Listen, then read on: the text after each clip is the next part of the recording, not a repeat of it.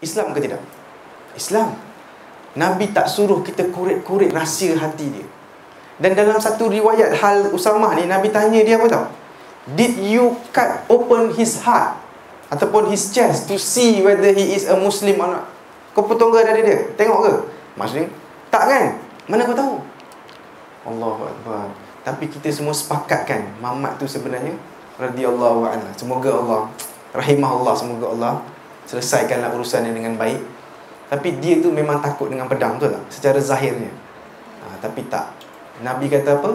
You ambil apa yang zahir. Maknanya, dia sebut kan, dia tak Islam. Bawa dia masuk camp kita, tengok macam mana. Dan Anas Ibn Malik kata, tak apa, dalam Sahih Muslim ada sebut, Anas bin Malik punya riwayat, Imam Muslim riwayatkan, di bawah tajuk, saya dah share kan dalam grup, saya dah share bahawa Nabi tak, di bawah tajuk Nabi tak pernah, kalau nak check di bawah Kitabul Fadail, maksudnya kitab kelebihan dalam Sahih Muslim. Di bawah kitab tu ada chapter pula, chapter bahawa Nabi tak pernah say no kepada sesiapa pun. Kalau orang tu minta, Nabi akan cuba bagi apa saja dia mampu. Di bawah tu ada satu hadis ni, dan ada sebut Anas bin Malik cakap, tak apa seseorang itu masuk Islam semata-mata kerana dunia. Kan lelaki ni tadi masuk Islam kerana dunia sebab takut mati kan? Kan dunia. Tak apa. Sebab semoga nanti Allah akan jadikan sayang kepada agama lebih dari sayangnya kepada dunia kemudian. So tak apa, masuk dulu. Dan banyak daripada kita ada salah faham bila orang masuk Islam kerana bantuan kerajaan ke, ada bantuan mara, dan ada masuk Islam kerana kahwin. Kita anggap lekeh ataupun remeh. This is wrong. Kita dekat IDT, kita dah sepakat bahawa manusia akan masuk Islam melalui banyak pintu. Kita terima semua sekali. Masuk Islam kerana nak bunuh Nabi pun kita terima, betul tak? Betul tak ada kisah bahawa ada sahabat Nabi nak bunuh Nabi? Dan ada orang masuk Islam kerana tersilap cakap, iaitu Hamzah kan? Kita dah belajar hari tu. Hamzah sebab silap cakap je, akhirnya dia rasa something kat hati dia masuk Islam. Jadi semua pintu Islam terbuka sebenarnya. Kita welcome mereka datang in any way. Jadi antara soalan yang salah untuk kita tanya apa tahu? You masuk Islam sebab apa? Salah. Kita kena tanya apa tahu? Ada apa-apa you perlukan tak sekarang? Orang Islam kena nak bagi, bukan sibuk nak tahu je. Sebab biasa orang yang tanya you masuk Islam sebab apa, dia bukan nak tolong sangat, just curious. Kemudian biasanya 98% jawapan dia apa?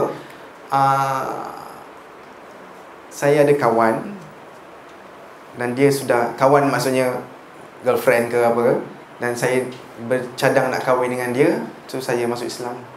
Lepas tu kita, oh nak kahwin. Lepas tu cakap pula Pak Haji, nak kahwin. Faham tak? Maksudnya you rendahkan dia punya nilai Islam dia. Sebenarnya itu semua tak perlu tanya pun. Kalau kita bukan Islam, na'udzubillah, yang kita nak masuk Islam, agak-agak cara apa? Baca Sahih Bukhari. Perangai kita jenis baca Sahih Bukhari ke perangai kita sekarang sebagai Islam?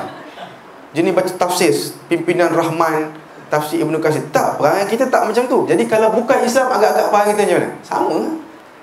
Kaji Quran, pen kat sini, I don't understand this. Tak adanya. Mesti ada sebab yang menolak kita. Kemudian dah masuk, bestnya Allahu Akbar. So kita accept semua, sepakat kita, betul? Ni ijma' ni, betul kan? Sepakat kita terima apa saja. Soalan penting untuk tanya apa? How can I help you? Family kau ada masalah ke? Marah-marah ke? In fact kita pula kena tanya dia, you dah kahwin ke belum? Kan sunnah soalan tu sekarang. Kita kan? Okay. Allahu Akbar. Okay, settle. Maka cerita ekspedisi Usamah bin Zaid selesai. Next. Cerita sikit pasal umrah qada. 10.30 kita break sekejap, boleh? Kali ini kita try break setiap 2 jam, boleh? Sejam tu macam banyak sangat, cepat sangat kan? So 2 jam sekali. Okay? Itu pun 10.30 dah main tipu dah tu. Tak apa, 10.30 lah bagi can kat korang. Lepas ni kita tengok muka lah, tengok semua. Tapi saya pelik, saya tak pernah mengantuk bila saya bagi ceramah. Kalau penceramah ngantuk hancur kan. Kemudian so sebenarnya cikgu tak boleh marah student sebab cikgu aktif kan. Mana boleh ngantuk. Student yang pasif. Cerita pasal apa ni yang masuk Islam kan. Ya. Kita kena tanya dulu betul ke dia nak masuk Islam tu. Betul ke tak soalan itu. Sebab dia dah setuju dah. Nak bersahadah kan. Okay. Nak tanya lagi. So Prof rasa tak patut. Tak patut kan. Kadang-kadang macam tak patut lah. Too much yalah. Prof cakap kadang-kadang kita tak nak memperdalamkan pengetahuan, informasi je lah. Betul masuk Islam ni. You dah fikir habis dah. Gaya macam trap tau. Islam is a trap. Masuk tak boleh keluar. Sebenarnya tak. Islam dia ada buffer zone. Just come dulu. See. Tak nak apa-apa tak apa. Kalau you just come in first. Nabi tak heran pasal ni. Sebab apa? Tengok cara Nabi selesaikan orang masuk Islam. Nabi kat Madinah. Orang datang dari Yaman ni datang. Nabi, aku nak masuk Islam. Okey, ajarkan dia sikit ayat Quran dan ajarkan dia solat, wuduk solat. Kemudian Nabi kata, engkau balik nanti lepas seminggu ke 3 hari 2 hari, balik ajar orang lain Nabi kisah tak? Risau tak dia? Dia ni takut-takut lepas pergi 600 km away from me, lepas ni tak jumpa aku dah mungkin. Aku akan mati. Islam dia macam mana? Nabi tak kisahnya. Maknanya Islam is very inclusive. Masuk je dulu, nanti kau akan nampak kecantikan dia. Dan orang Islam tak sibuk untuk teropong murtad. Bila you cakap macam tu, kalau ikut kitab, murtad. Oh, itu bab itu kita memang A. Murtadkan orang, kita A. Masukkan orang dalam Islam, Lim Jusun buat sudah. Masuk kau dalam Islam, Lim Jusun, Firdaus Wong punya kerja. Murtadkan orang, ramai-ramai kita semua sekarang. Na'udzubillah. So we must cari keislaman orang, bukan kekufuran orang. Clear lah kan ni InsyaAllah. Thanks bro. Cara apa Dr. Zakir Naik Islamkan tu bagaimana? Soalan tentang cara Dr. Zakir Naik Islamkan orang.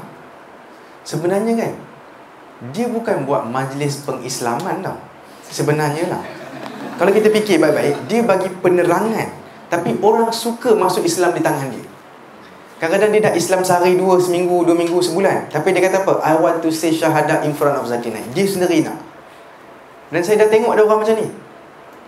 Ada seorang ni, orang putih, dekat Ipoh, perempuan, umur dalam 40 ke 50-an. Dia nak masuk Islam. Tapi syarat dia satu, kena di tangan Dr. Jeffrey. Saya bukan kerja Jabatan Agama. Dia kata you must be there. So when are you free? I want to go to Jabatan Agama with you. Dan dia nak saya yang bacakan kat dia. Dan dia nak saya ada kat majlis tu. So Ustaz Jabatan Agama, Alhamdulillah, dia pun sendiri revert. Dia faham orang revert punya perasaan apa. Dia kata no problem, you buat. Saya tengok aja. Dia tolong saya. Okay, nanti you isi borang ni, you suruh dia buat ni, you suruh buat ni. So ini just keinginan orang tau. And Zakir Naik bukan buat majlis pengislaman, tak.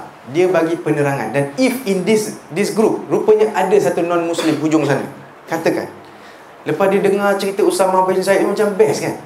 Dia katakan, actually doctor, I'm not a Muslim. Can I be a Muslim today kan? Takkan saya kata, no brother, this is not the place. Gaya pun macam Zakir Naik sikit. Takkan lah kan. So Alhamdulillah, anytime waktu aku tengah tidur pukul 3 pagi, ada orang telefon, saya nak masuk Islam, saya akan bangun. Saya takkan cakap jumpa aku lepas subuh. Saya takkan cakap macam tu. Now, come, I come to your house. Betul tak? Betul tak semangat kita macam tu? Yes. Jangan bagi walau seminit pun. So Zakir Naik ialah orang yang bila orang datang depan dia, I have understood Islam, the whole Islam, but only one question I got problem. What? Polygamy.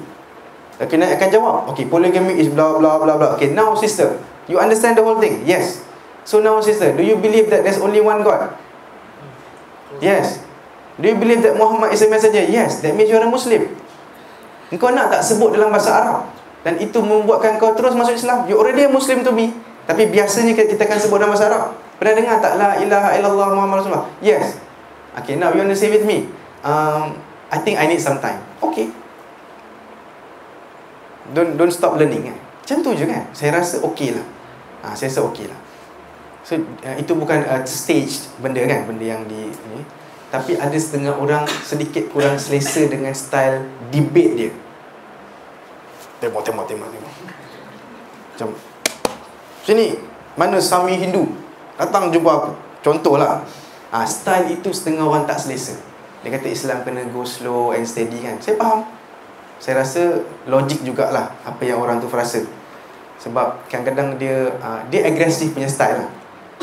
Style dia agresif. Tidak lagi agresif. Macam mana? Tidak lagi agresif. Betul. Memang dia lebih agresif. So semua orang ada style masing-masing. Ada ustaz, satu grup ustaz tak suka dengan saya. Slownya kau. Bila nak cerita tauhid dan sunnah Nabi kan, slownya. Kau kena 3 minggu jumpa. Belum cerita lagi cara Nabi solat yang betul, sifat solat Nabi. Ada ustaz tak puas hati dengan saya, tapi saya kata that's my style lah. Sebab tu kita ada grup ni. Taklah sampai 12 juta orang KL duduk sini kan.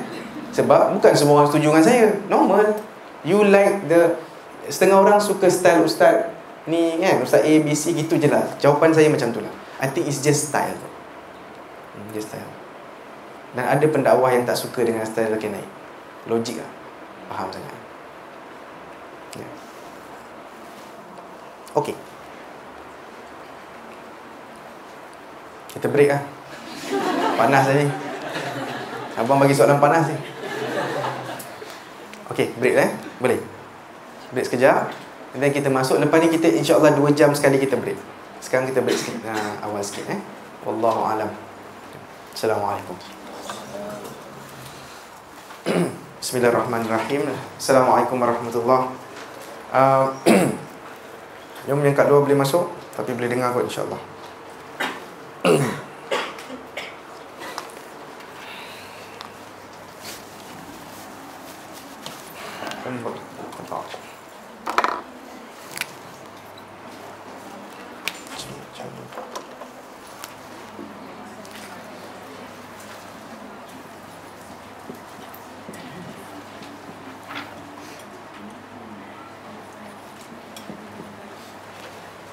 Okey. 6 Hijrah berlaku. Semua ini dari segi cerita tentang Mekah. Sekarang ni Nabi dah pergi Madinah, betul? Okey. Berkenaan dengan Mekah, Nabi sekarang di Madinah, orang Islam di Madinah. Hampir tak ada orang Islam di Mekah. Hampir. Ada orang yang tak mampu dan sebagainya, tapi majoriti dah hijrah. Dan kita di tahun 6 Hijrah. Ingat cerita perjanjian Hudaibiyah tak? Hudaibiyah. Dia juga ada satu, dalam perjanjian Hudaibiyah, kisahnya ialah tentang umrah sebenarnya. Isunya ialah tentang umrah je. Nabi dah pergi umrah, tapi diorang tak bagi. Nabi pergi dengan 1,400 orang. So sampailah diorang bincang sampai termeterai. Betul ke perkataan tu? Termeterai kan? Itu bahasa apa tu? Sanskrit tu.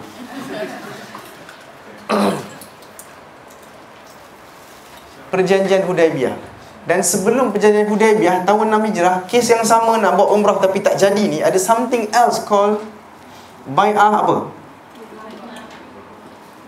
Bai'atul Ridwan. Nama-nama ni dia dulunya memang sometimes don't make sense lah. Hafal aja. Bai'atul Ridwan berlaku macam satu ayat. Hafal. Alhamdulillah sekarang Bai'atul Ridwan terjadi sebab apa? Kesnya tentang Osman. Sebab apa? Nabi hantar Osman ke Mekah untuk bincang, tapi Osman tak balik-balik. So ada khabar angin Osman mungkin dah dibunuh kot. Jadi Nabi buat satu lagi bai'ah special, bai'ah to die. Bai'ah untuk mati. Bai'atul Ridwan special, 1,400 orang. Apa dia? Jadi apa pun, kalau betul Osman dibunuh, kita serang Mekah sama-sama dengan 1,400 orang. Sebenarnya susah nak menang, tapi tak apalah. Kita buat aja apa yang patut. Sebab mana boleh balik gitu aja, kawan kita kena bunuh. Rupanya tak jadi. Okey. Itu Bai'atul Ridwan. Perjanjian Hudaibiyah. Kisahnya ialah umrah aja. Ni umrah jadi ke tak jadi ni? Tak jadi. Tapi perjanjian Hudaibiyah antaranya, you come next year, dia cakap. Perjanjian dengan Suhail ibnu Amr, yang dia akan masuk Islam nanti, radhiyallahu anhu. Sekarang ni dia kiranya agak cheeky lah. Dia agak jahat lah, agak naughty lah, yang suruh padam nama Ar-Rahman Ar-Rahim lah, Muhammad Rasulullah dan sebagainya. Jahat sikit. So tahun 7 akan berlaku umrah seperti yang dijanjikan. Umrah ini namanya apa? Umratul Qadha. Yang kita faham qadha apa? Ganti. Sebab tak jadi ini, maka mereka pun pergilah umrah qadha tahun 7 Hijrah. Kali ini up sikit orangnya. Sebelum ini 1400 tahun 400 orang. Sekarang 2000. Ada orang Perak ni. Dan nanti tahun 8 Hijrah pun isunya sebabkan umrah ni semua, dan ada perjanjian yang mereka sendiri akan langgar, membuatkan Nabi akan datang untuk apa? Fathu Makkah. Kali ini Nabi akan datang dengan berapa orang? Nampak tak nombornya makin naik? Dan nanti kita akan tengok dalam perang satu lagi, Nabi akan pergi dengan 30,000 orang. Ramai. Maknanya Islam makin. Badar, ingat Badar? 300. Uhud 700. Nampak dia makin naik, makin naik. So kisah umrah ni Hudaibiyah kan tak boleh. Sekarang ni umrah qadha. Apa yang berlaku dalam umrah qadha? Dia Nabi pergi dalam bulan haram Zulqaidah. Umrah Umrah boleh berlaku bila-bila saja. Nabi pilih Zulqaidah. Tapi kali ini Nabi pergi dengan 200 orang. Nabi letakkan 200 orang di luar haram. Kalau ini tanah haram, ini haram, Nabi letak dalam 200 orang kat luar ni dengan senjata. Why? Datang nak umrah je, kali ni Nabi yang bawa senjata. Ingat tak dulu Nabi pergi memang sebagai orang yang umrah sahaja. Dia tak prepare apa-apa untuk fight. Tapi tengok perangai korang ni macam suka fight. Sebab waktu Nabi pergi ni, nak pergi umrah ni, pakai baju biasa-biasa je, dengan pedang pisau kecil-kecil, pun mereka hantar lebih kurang 40 orang untuk lawan. Tapi Nabi berjaya tangkap aja, tak bunuh siapa-siapa. Sebab dalam keadaan umrah, ihram, tangkap diorang dan hantar diorang balik. Maknanya diorang berani untuk serang Nabi untuk datang umrah pun. Sebab umrah ni benda yang sangat suci bagi pendapat orang Arab dan kemudiannya Islam. Umrah is ibadah.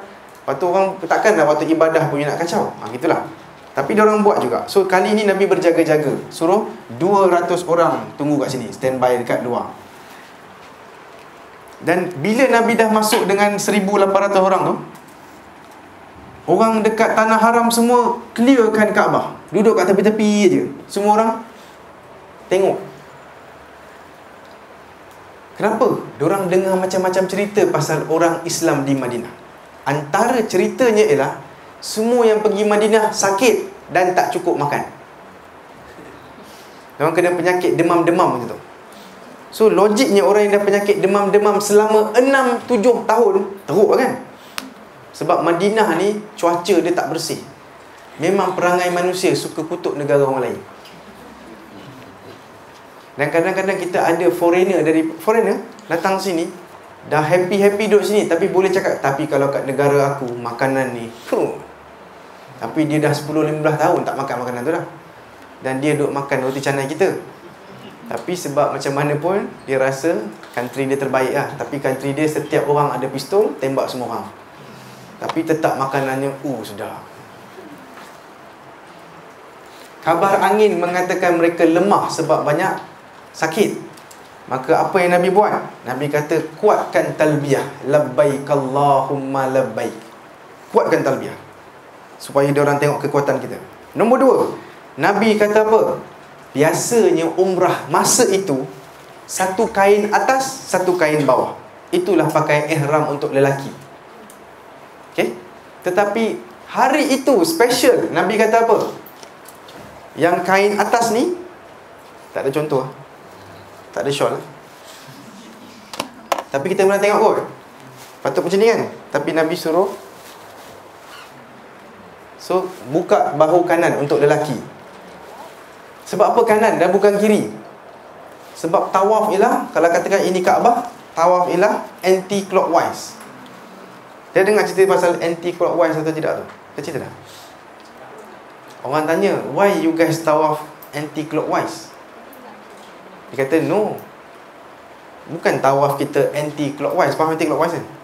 Sebab jam macam tu kan, kita gitu. Actually our jam is anti-tawaf. Jam kita salah, dia anti-tawaf. Kita okey, orang yang anti-tawaf kan. Sebab tu ada jam tawaf lah, terbalik lah, apa, buat confuse orang. Jadi macam ni.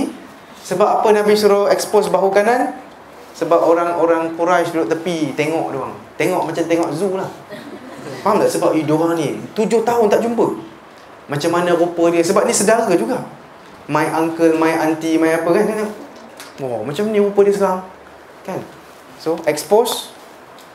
Dan bila dia tengok, ada daging kan, maknanya tak sakit mana, okey je dia. Dan satu lagi, Nabi suruh first 3 rounds untuk dari anak. Nak tunjukkan kita okey sebenarnya. Bukan labaikallah kan. Jadi itulah sebabnya disyariatkan sampai hari ini yang first 3 lari anak dan expose kanan untuk tawaf saja. Dan orang Arab dekat Mekah sampai sekarang mereka sangat serius bab ni. Sebab biasa orang kita dari dalam flight lagi dah siap-siap lah, tunjuk bahu kanan 8 jam ni dah tunjuk dah siap. Sampai kat situ dekat airport, jadi ada orang akan cakap, tak payah, cover tak apa, cover sebab nanti tawaf baru open. Dan orang kita lepas tawaf bukan ikat sangat, lepas tawaf kita masih open lagi. Jadi akan ada orang cakap, brother, dah boleh cover balik. Dia pun tak suka tengok kita punya bahu.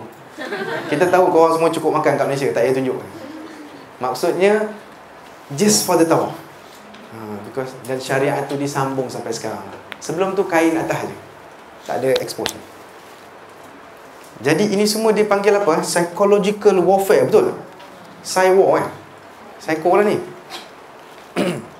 Nabi pernah buat banyak psychological warfare ni. Ingat tak perang Uhud? Abu Dujana. Ingat Abu Dujana? Yang dia jalan dengan bangga depan dia orang ni. Kau nak buat apa?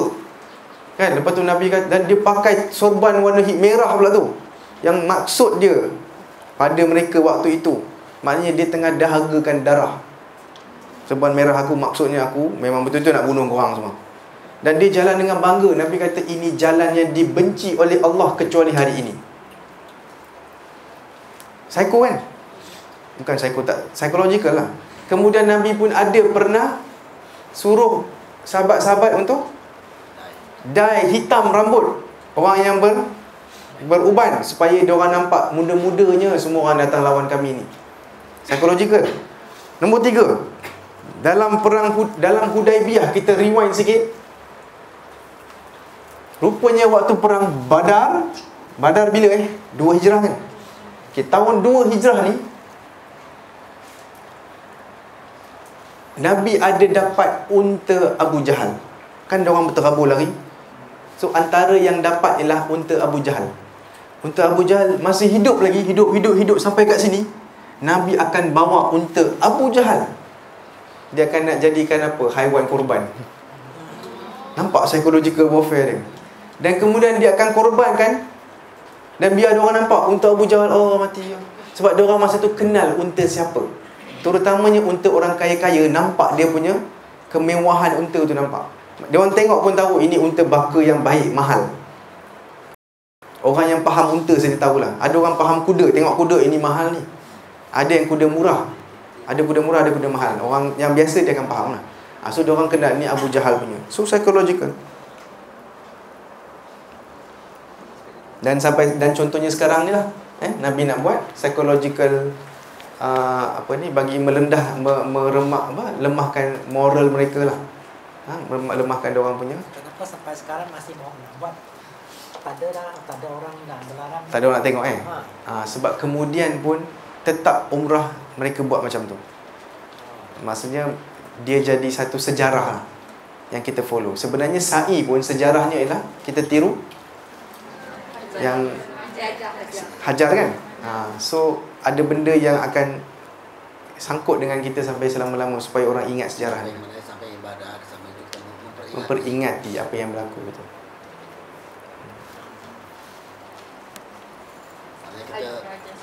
Ada hukum tak kalau tak ikut tu batal? Tak wajib betul. Dia tak termasuk dalam rukun. Ada rukun. Jadi sunnah lah. Macam Kaabah tu, itu kadang-kadang orang kata symbol of love. Love of apa ni, yang unconditional love lah. Antara Ibrahim dengan Allah SWT. Sebenarnya kita pergi situ memperingati itu, to reflect about ourselves. So reflect. Sebab memang kebanyakannya sejarah there's some symbol why we are doing certain things Okay, waktu ini something important or something interesting happen. Mengikut perjanjian Hudaibiyah, you boleh datang umrah, tapi bukan 2 minggu macam orang Malaysia. Kita umrah 13 hari, 12 hari, seminggu, betul? Nabi cuma dapat 3 days umrah, then you go back. Itu perjanjian dia macam tu. Datang tahun depan 3 hari. Rupanya waktu itu Maimunah kakak kepada Ummu Fadal. Ummu Fadal ialah isteri Abbas radhiyallahu anhu. Jadi kakak kepada dia ni kematian suami Maimunah ni. Dan umur dia lebih kurang 26 tahun sekarang. Kena ingat, janda bukan berumur 60. Janda can be 17 also. Okay, and 20, and this is 26. Maka Ummu Fadal, orang pertama yang dia tanya ialah suami dia lah. Turun carikan ni Maimunah ni, nak kahwin. Maka first, orang pertama yang Abbas terfikir ialah anak saudara dia sendiri. Dia offer kepada the best of mankind dulu lah. Dia kata, kau nak kahwin tak? Nabi kata okey.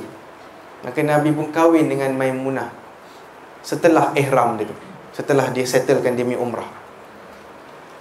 Bila kahwin dengan Maimunah, dan hari ni dah hari ketiga lah. Sorry, hari ni hari kedua. Ada 3 hari je kan? Orang Arab dah datang, dah hantar wakil. Orang Quraisy. Okay Muhammad, your time is up. We can go back. Esok kau kena balik Something like that. Dia kata, alah, Nabi kata, lepak dulu. Perjanjian betul 3 hari, tapi relax lah dulu. Aku baru kahwin ni. Nampak Nabi nak cuba guna, ambil budi bicara lah, ambil advantage apa yang berlaku. Sebab engkau kahwin pun happy kan? Aku kahwin ni, bagi can lah. Apa kata besok kita sama-sama kenduri, kita makan-makan, lepas tu aku balik. Kata no. Orang Quraisy kata, we don't need your food. Kami tak perlukan makanan kau balik esok. Maka Nabi pun prepare balik. On the way tu nanti dia akan berkenduri sikit, ada walimah sikit, kemudian Nabi sambunglah balik ke Madinah. Nak ceritanya Nabi cuba juga untuk extend masa lah. Dan daripada sini ada hukum fiqh dia. Walaupun sudah ada perjanjian, boleh cuba tolak-tolak sikit. Cubalah, tapi dia kena muncul. Tak boleh you seorang-seorang berkeras untuk tak ikut perjanjian. Kisah Umarah binti Hamzah. Bila Nabi nak keluar dari Mekah, dah settle lah, kena halau kan, habis dah perjanjian kan. On the way Nabi balik kan, ada seorang perempuan kata, Ya am. Maksudnya, pakcik, tunggu. Budak ni mungkin berumur 8 tahun. Namanya Umarah. Dan dia anak kepada Hamzah sebenarnya. Ya? Yes, Hamzah, pakcik Nabi tu. Maknanya dia ni sepupu Nabi, Umarah. Tapi dia kecil lah, 8 tahun mungkin. Kata, pakcik tunggu, aku nak ikut engkau. Rupanya Hamzah ada isteri lagi dekat Mekah, tapi dah bercerai. Hamzah. Dan Hamzah dah mati, betul tak? Hamzah mati kat mana? Perang Jadi 4 tahun sebelum ni Hamzah dah mati dah. So anak dia dengar cerita je lah, bapak dia dah mati apa semua, tapi dia masih ingat lah pakcik-pakcik dia gitu. Dia ceritakan mungkin.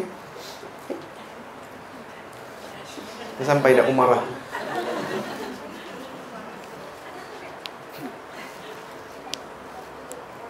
Ada apa ni?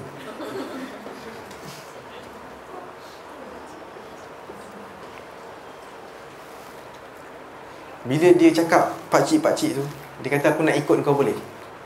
Sebab mak dia pun dah kira dah lepaskan dia. Nabi kata okey. Tapi bila kata okey tu, cepat-cepat antara 3 orang, ni kisahnya tentang 3 orang sahabat Nabi yang juga saudara Nabi. Yang pertama ialah Ali, Zaid dan Ja'far.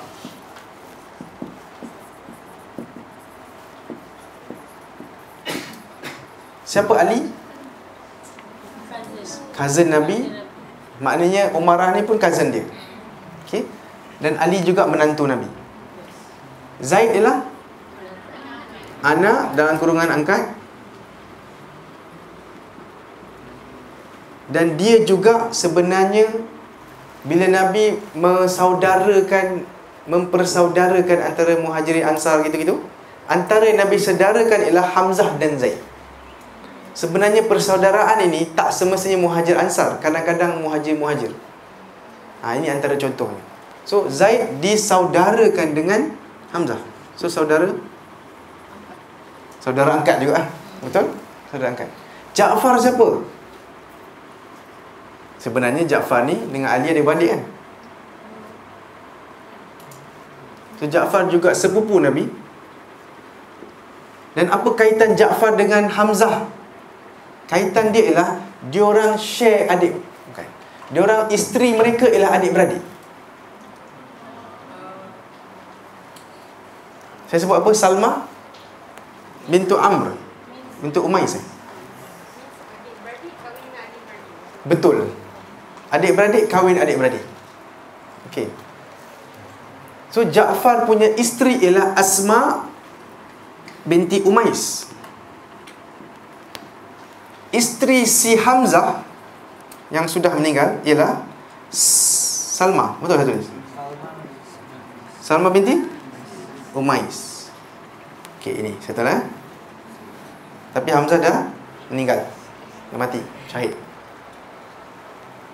So bila dapat dekat Ali cakap apa? Perempuan ni, budak ni, sepupu aku ni, biar aku yang jaga. Biar aku jaga. Dan dia cakaplah kelebihan dia, apa kaitan dia dengan dia. Nabi, bagi aku jaga. Sebab dia ni anak dia juga sepupu aku, bla bla bla bla. Tetapi diorang ni berebut rupanya. Zaid akan cakap, no, dia saudara aku, kau ingat tak? So aku bertanggungjawab, aku nak jaga dia. Diorang semua sayang pada Hamzah yang dah wafat, dah mati dah. Kemudian Ja'far pula nak masuk dalam grup. Dia kata apa? No, aku lagi layak. Bila Nabi tengok diorang ni dah hampir-hampir macam nak gaduh kerana satu budak je. Dan ini satu reflection apa tau? Dulu orang Arab nak bunuh anak perempuan. Lahir anak perempuan, kenapa dah kau lahir? Matilah kau. Dan memang ada beberapa culture sampai sekarang pun tak minat dengan anak perempuan. Sampai sekarang ada culture macam tu. Ya, antaranya adalah culture. So sekarang Islam dah tukar pemikiran dia orang, akhirnya berebut biar aku jaga. Sebab apa? Dia tahu ada reward from Allah. Tambahan pula sayangnya dia orang pada Hamzah, orang yang dah mati syahid. Berebut dia orang. Bila Nabi dah tengok dia orang berebut, Nabi kata apa? Calm down kan. Nabi kata, wahai Ali, engkau dari aku dan aku dari engkau. Nabi sangat rapat dengan Ali. Maknanya apa? Nabi tengah puji seorang-seorang lah. Ali, jangan macam tu, relax dulu. Engkau ni macam aku. Engkau dari aku dan aku dari engkau. Maka Ali pun happy. Kira Nabi nak apa? Nak tukar cerita lah ni. Faham tak? You kau tengah gaduh 3 orang, 1, 2, 3. Ali, kalau kau nak tahu kan, kau ni dari aku tau, dan aku dari engkau. Jadi dia cakap, oh okay, Alhamdulillah, nice, this is nice. Sebab Nabi kalau cakap apa-apa, diorang memang ambil betul-betul. Nabi kalau doa, diorang kata, ya Allah Nabi, aku macam aku. Nabi kalau doakan seorang, yang sebelah akan sibuk, Nabi aku, semoga Allah merahmati engkau, tambah ilmu engkau kan. Nabi nak begini, Nabi aku macam aku. Sebab apa tau, Nabi kurang cakap sebenarnya. Kita tak boleh bayang sangat. Tengoklah penceramah macam saya, beribu perkataan, kilometriko. Tapi Nabi dia sangat word economy, faham tak? Dia sangat menjaga perkataan. Cakap sikit maksudnya banyak. Cukup untuk selesaikan you punya kehausan nak Nabi, apa maksud bla bla bla, Nabi akan cakap sikit, okey, faham, alhamdulillah. Tapi kita zaman sekarang, tengoklah saya cerita macam mana. Tangan kaki semua naik. Kan? Kita orang biasa-biasa, itulah dia masalahnya. So, kalau saya doakan Prof kan hari ni, tak apa, besok-besok jumpa lagi, aku minta dia doa pula. Tak pun, apalah sangat dia ni, ustaz aku lagi panjang janggut dia. Gitulah kan. Taklah penting sangat saya ni. Tapi Nabi, yes, orang sangat berebut-rebut perkataan dia. So when he puji Ali, dia semuanya tengah tukar cerita lah ni. Maka Ali terus fikir, Nabi thank you lah, bukan cakap apa, I am from you. Nabi ni kan, aku. Kemudian Nabi tengok kepada Zaid, Zaid, engkau ni wali kami, macam kau wakil kami. Nabi sayang pada dia. Dan Zaid kan macam anak-anak dia. Kemudian kepada Ja'far, Nabi kata, engkau ni rupa macam aku. Your rupa macam aku, dan perangai kau pun macam aku. Wah, ini memang pujian. Bila Nabi kata perangai you pun macam I, kan? Subhanallah. Kan? Maka semua orang happy. Waktu inilah yang kita kadang-kadang dengar bahawa Ali, Ja'far dan Zaid menari-nari di keliling Nabi. Bila Nabi puji-puji diorang melambung macam ni, yeay, faham tak? Kemudian diorang tawaf Nabi dalam keadaan angkat-angkat kaki. Macam kita, kalau kita punya ye pendek lah, macam yes, kan? Ataupun 8A UPSR, mana ada SPM, semua A, kan? Lepas tu mungkin orang yang ekspresif lebih sikit, sebab orang Melayu tak ekspresif. Dapat apa? 8 semua A. Kan? Kau dapat apa tadi? Semua A bang. Macam sedih pula. A ke E ni? Cakap betul-betul. Semua A bang. Kita tak ekspresif kan? Tapi bila ekspresif, panjang pula expression dia, maka diorang buat apa?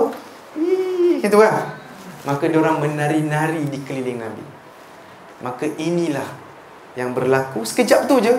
That's the only time kita tahu mereka menari. Dan kenapa mereka menari? Sebab happy sangat. Okey. Dan ada pula orang ambil ini sebagai dalil boleh menari-nari dalam berzikir kepada Allah. Dan saya nak tanya, berkaitan ke tidak? Macam tak berkaitan. Jadi sebab itu kita kena belajar sejarah, baru kita faham siapa Nabi yang kita rasa kita kenal ni, dan siapa sahabat-sahabat Nabi yang kita ingat kita kenal. Sebenarnya kita belum kenal dia lagi, kecuali kita belajar tentang dia. Allahu Akbar. Dan dalam Sahih Bukhari disebut al-ilmu qabla al-qawl wal-amal. Ilmu sebelum bercakap dan beramal. Ada tajuk dia, bab berilmu dulu sebelum cakap dan sebelum beramal. Jadi kita jangan main ikut-ikut saja. Jom kita relax-relax sikit, kurangkan cakap, banyakkan belajar. Kurangkan share. Sharing is not always caring. Sometimes sharing is sinning.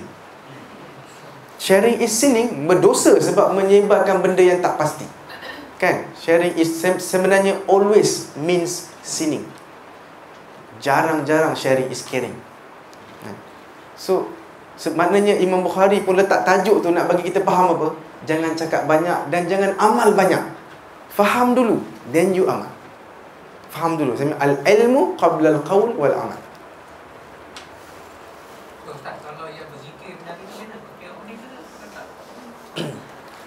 Soalannya ialah, adakah Nabi dan sahabat dia dan Imam Bukhari, Imam Syafi'i semua berzikir sambil menari ke tidak? Jawapannya tak ada. Bermaksud ini satu perkara baru dalam agama. Dan kita tengok makin lama makin teruk mereka menari. Shuffle semua cukup. Kan, betul. Maka akhirnya agama kita jadi kartun. Kartun. Dan sebab tu saya kata, kita kena ada perspektif non-Muslim sometimes. Kita sama-sama kita je, tak apalah you nak zikir, nak nari, baca Yasin lah, menari lah. Kita syok sendiri sebenarnya. Cuba fahami orang luar ni, tengok macam lain macam agama kau bawa. Apa hal macam ni kan? Oh, by the way, in church also we have something like this. And Jesus came to us. Faham tak? Sambil main gitar semua macam, sebiji lah, geng lah. Faham? Sebab so kita kena kaji balik, ini memang hukum ke? Memang macam tu ke? Kadang-kadang jadi kartun lah. Jadi sebab tu kita tak ada program menari sambil berzikir dekat IDT kan. Itu menunjukkan walaupun benda tu syok tau. Tahu kan, ada muzik, ada menari, memang best. Memang best. Tanyalah siapa yang biasa buat benda tu. Sebab bila goyang kepala, kita jadi macam high sikit. Head banging tau.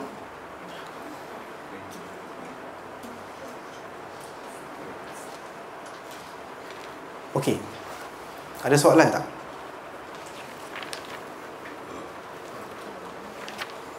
Apa lagi satu benda lagi special sikit yang berlaku waktu Umratul Qada?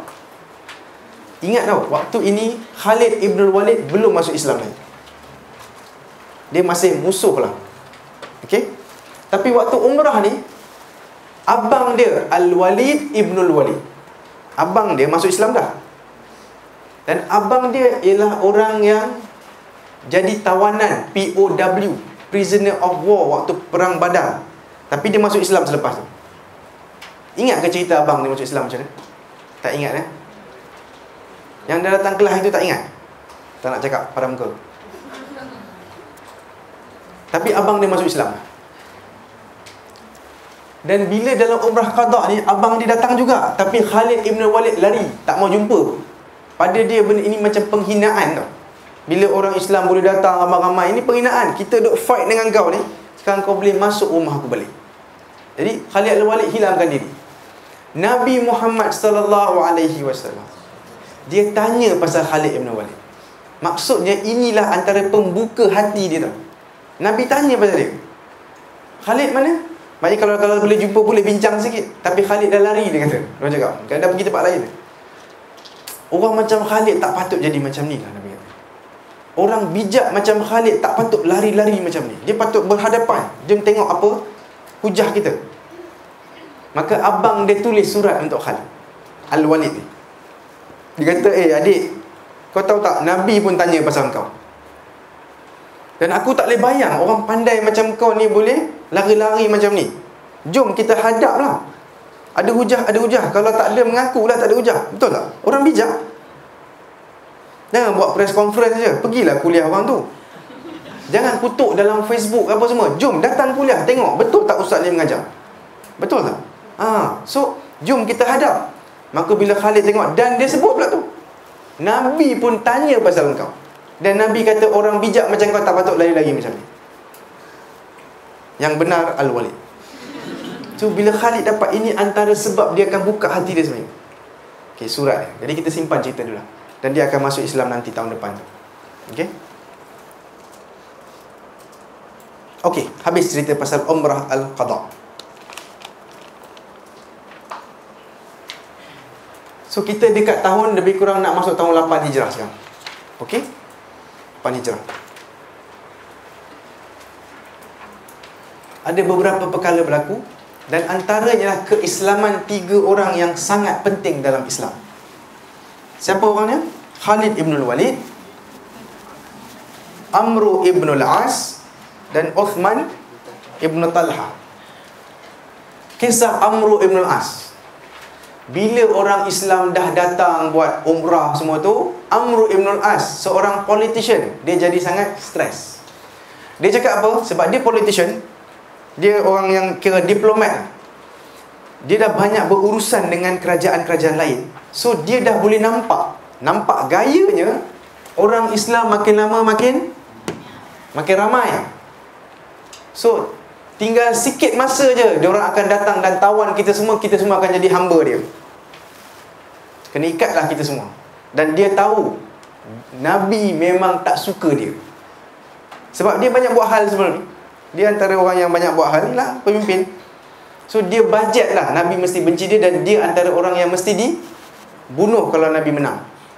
So dia buat apa? Dia kumpul 2-3 kawan dia. Dia kata jom kita pergi pindah. Dia pula buat hijrah. Dia hijrah ke mana? Rupanya orang Arab kalau hijrah jauh sikit, dia akan fikir satu negara Afrika, iaitu Ethiopia. Dia pun pergi jumpa Najasyi. Dan Najasyi rupanya memang kawan dengan dia dari dulu lagi. So dia jumpa Najasyi. Okay, tajuk cerita ni lah kemasukan Islam Amr Ibn Al-As. Very important person. Najasyi, Dia jumpa Najasyi, dia bawa hadiah macam-macam sebab nak duduk negara orang tu. Walaupun dah kenal, tapi kena tunjuk baik sebab dia raja. Dan antara yang dia akan buat, yang dia akan sujud dulu kepada raja tu. Dan memang itu style orang dulu, sujud pada raja. Dia kata, ni hadiah dari aku, ambil lah. So dia pun cerita dengan Najasyi, aku ada masalah ni, boleh aku duduk sini tak? Najasyi kata, okey, no problem, kau kawan lama.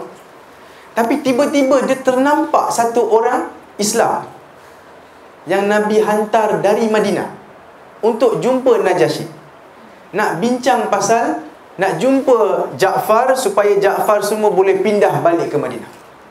Kena ingat, selama semua cerita ni, daripada hijrah yang kedua tu sampai ke tahun 8 hijrah,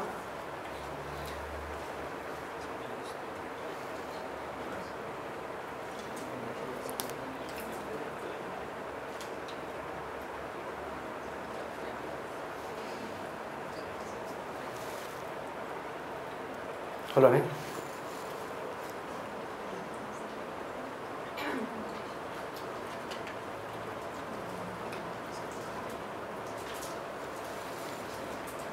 Daripada bila? Daripada tahun 6 kenabian tahun 6 kenabian, kemudian sampai tahun 13 kenabian, and tahun 1 sampai tahun 8 hijrah. Mereka dah pergi Ethiopia sampai ke sekarang, lebih 10 tahun. 8 tahun campur 7 so dalam berapa belas tahun? 15. 8 campur 7 apa? 15. Okay. So 15 years diorang dah, Nabi tak jumpa tu. Sekarang Nabi nak suruh diorang balik. So Amr ibn al-As nampak satu orang Islam, dia cakap, dan dia ni utusan tu tak? Utusan untuk bincang. So dia cepat-cepat datang dekat dengan Najasyi. Dia bisik dekat dia, aku minta kau satu tolong lah, demi persahabatan kita. Kita dah kenal lama kan. Satu aku minta tolong, please bagi dekat aku ni lelaki ni. Ni orang Islam ni, dia ni saudara aku juga ni, Quraisy. Tapi sekarang dia datang untuk, kononnya nak bincang dengan kau.